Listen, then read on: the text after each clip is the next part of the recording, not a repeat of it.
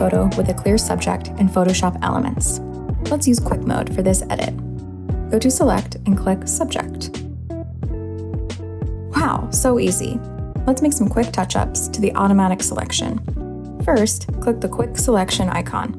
Refine the selection by clicking Add or Subtract, then use the Brush tool to make any touch-ups.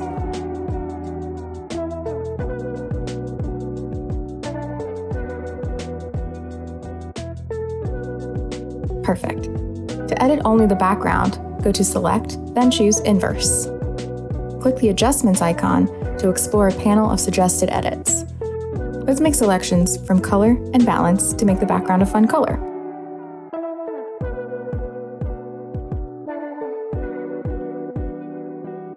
We can edit just our subject by clicking Select and choosing Inverse.